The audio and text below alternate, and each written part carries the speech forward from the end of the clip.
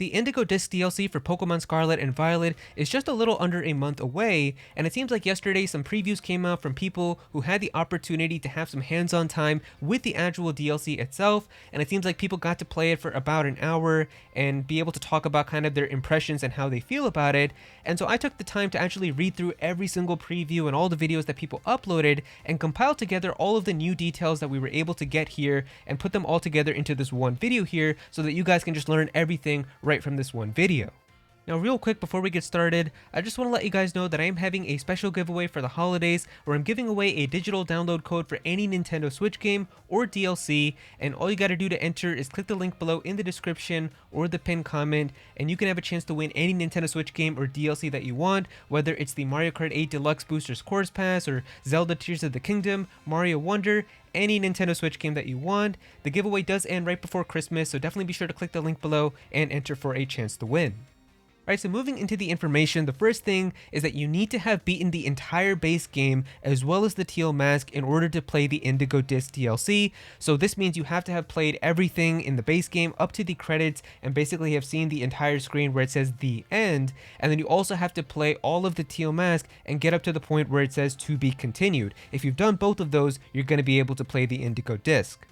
The next thing is, according to previews, there are a ton of Unova references inside of the Indigo Disk, and if you don't know, it is heavily rumored that whatever the Indigo Disk is going to have is actually going to be teasing a lot about the next mainline Pokemon project, which is also rumored to be a Unova game. It's actually rumored that next year's Pokemon game is going to be some like futuristic Unova game or something along the lines of like Black and White 3, so if there is a lot of Unova references inside of the Indigo Disk, maybe it is lining up that that is going to be more and more likely. And I mean, we already know that the Indigo Disk, like the whole Blueberry Academy, takes place in the Unova region itself. That's already been confirmed, so it doesn't really surprise me.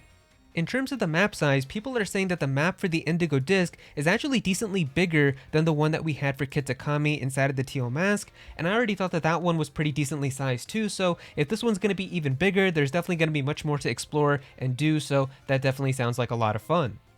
Now, it seems like one of the items that you can just constantly find inside of the Indigo Disk DLC is going to be Tera shards, and you actually find like a big group of them all at once. So like the preview that I was looking at this mentioned that they found like 18 Tera shards for a type all on the ground. So that's actually really cool because that's going to make it very easy for competitive battling, as if you want to be able to change the Tera type for a Pokemon, I think you need like 50 or so to be able to do that, and it is kind of difficult to have to do like Tera raids over and over to be able to grind them. So if you're actually going to be able to get them significantly faster inside of this DLC, that is going to be very useful for a bunch of people. Performance-wise, people are saying that the issues from the base game are still unfortunately present inside of the Indigo Disk as well, and that really sucks because I feel like Scarlet and Violet are pretty good games. It's just the fact that there's constantly frame drops and the screen gets all stuttery and it slows down for a little bit that really kind of just makes it not that much fun to play, but yeah, I guess it just sucks that that's still going to be a thing. Hopefully the game next year can be a little more polished and we don't have to worry about this.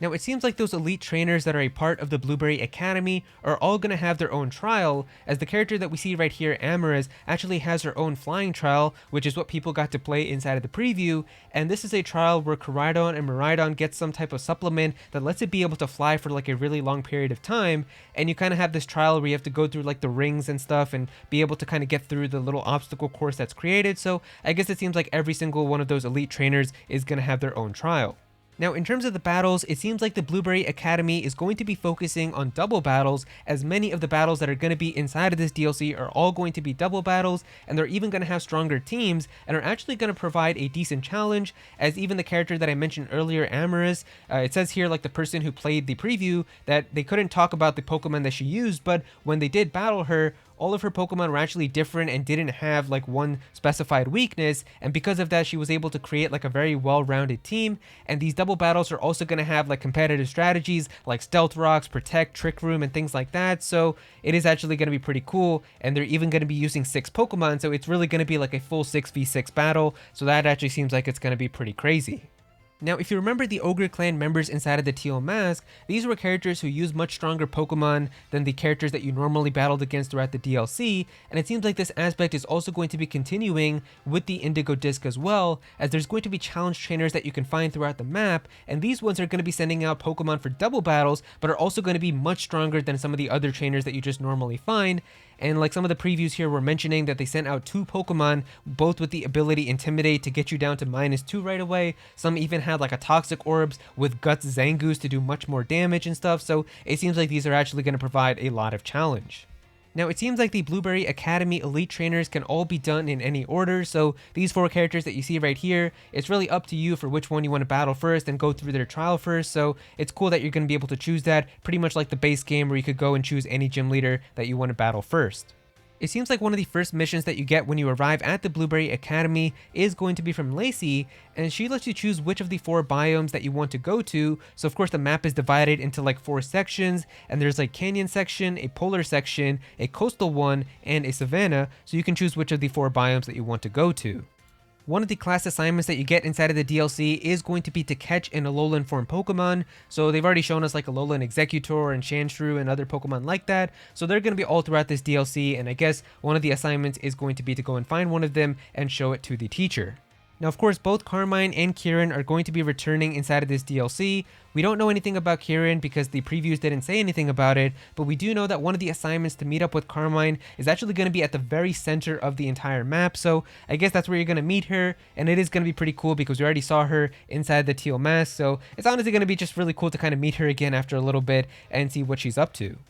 Level-wise, people are saying that the Pokemon and trainers that they found inside of the DLC were all level 65 plus, so I guess if you want to kind of prepare for this and know what types of Pokemon you want to bring, it would probably be like Pokemon that are around the 65 to 75 range. That's probably if you want to have like a balanced experience, but of course, like I said, the trainers are also going to be much more difficult inside of this DLC, so if you want to blaze through this and have it be easier, then obviously you can use some EXP candies and stuff to level up your Pokemon to like 90 or 100, and then it's going to be much easier. It seems like Nurse Joy is actually not going to be inside of this DLC for some reason, so I guess she doesn't hang around like tough trainers or something, and instead there's just going to be a lot of these self-healing stations throughout the map, and you pretty much just go there, press A, and your Pokemon automatically get healed.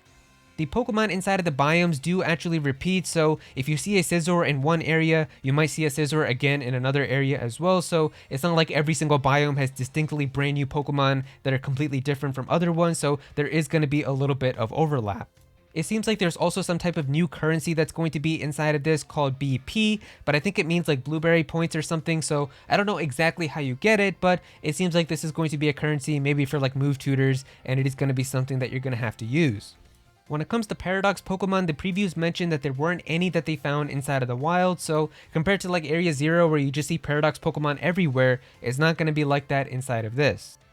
Now, if you've seen the trailer, you know that there's going to be a bunch of returning starter Pokemon, which you can actually find in the wild inside of the Indigo Disk, and it seems like people were trying to find this in the preview, but the Pokemon representative there told them that you're probably not going to figure out the way to get starter Pokemon to show up, which basically implies that there's going to be something that you're going to have to do first, and that it seems like you're going to have to figure that out, where it could be like a little side quest or mission or something, and once you do that, that's where it's going to start getting like wild Cyndaquils and stuff like that to start showing up, so I guess that's what we're going to have to figure out, and I'm sure once the Indigo Disk comes out, within a couple hours, somebody will probably figure out how to do that. And finally, the last piece of information that we have here is that the Pokemon reps that were there at the preview told everyone that the entire grand finale of the DLC is going to be back in the main Paldea region, and it's going to be really amazing, so that is going to be very fun to see exactly what they mean by that. I feel like they probably mean it's going to take place inside of the crater that's going to be in Area 0, but it's also a really cool possibility if it ends up being like that one part of the region that's kind of blocked off to the upper right hand corner, and we don't know exactly what that area is going to be. How cool would it be if you actually go back there and it's going to be like the grand finale of the entire Gen 9 games with the Indigo Disk? I guess we'll just have to wait and see. But yeah, there you go guys, that is pretty much all the brand new information that we were able to learn about the Indigo Disk DLC for Pokemon Scarlet and Violet from all of these previews. If you guys enjoyed the video, definitely be sure to click that like button and also subscribe to the channel as well, as I am going to be having more videos talking about Pokemon as the information comes out. Comment down below and let me know what you guys think about all of this. Are you guys excited for the Indigo Disk? What do you guys think about all of this information from the previews? What are your thoughts about it? Definitely be sure to let me know down below. Go follow me on Twitter at @Aero so you can be featured in videos, and also join my Discord server as well. We've got a bunch of people in there who are always talking about Pokemon and Smash Bros and Nintendo, so definitely be sure to join that. And remember to enter my giveaway as well. I'm giving away a digital download code for any Nintendo Switch game or DLC, and all you gotta do to enter is just click the link below in the description or the pinned comment. But yeah, that's pretty much it. Thank you so much for watching.